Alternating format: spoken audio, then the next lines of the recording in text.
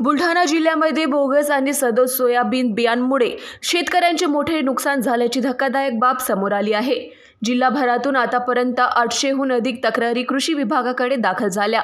या पार्श्वभूमीवर आमदार तथा कामगार मंत्री आकाश फुंडकर यांनी कृषी मंत्री दत्ता भरणे यांच्याकडे तातडीने नुकसानग्रस्त शेतकऱ्यांना भरपाई देण्याची मागणी केली। तसेच बोगस आणि निकृष्ट बियाणांचा पुरवठा करणाऱ्या कंपन्यांवर कठोर कारवाई करण्याचीही त्यांनी मागणी केली आहे।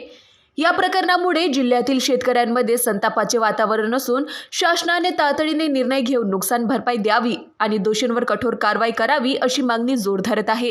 एक सामान्य शेतकरी असून मी स्वतः रवी उन्नतीचे 2 बॅग सीड पेरलं होतं, पण ते उगवलंच नाही आणि असेच पारखेडमधील जवळपास 100-150 हेक्टर जमीन जे आहे ते कोणाचे 2 बॅग 4 बॅग 6 बॅग या प्रमाणात शेतकऱ्यांनी पेरलं होतं, ते कोणाचं उगवलं नाही। त्यामुळे शेतकऱ्याचं फार मोठं नुकसान झालेलं आहे। पेरणीचा खर्च, खताचा खर्च, अजून दुबार पेरणीचा जो खर्च आहे हा शेतकऱ्यावर फार मोठा पडलेला आहे, बोजा पडलेला आहे। त्यामुळे शासनाला माझी हेच विनंती आहे की शक्य होईल तेवढी मदत या कंपन्याकडून म्हणा किंवा शासनाकडून म्हणा शेतकऱ्यांना मिळण्यात यावी।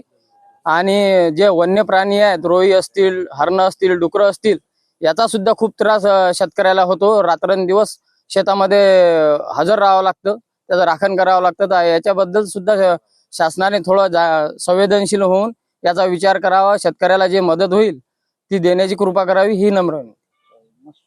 Bureau report Mahanews 7।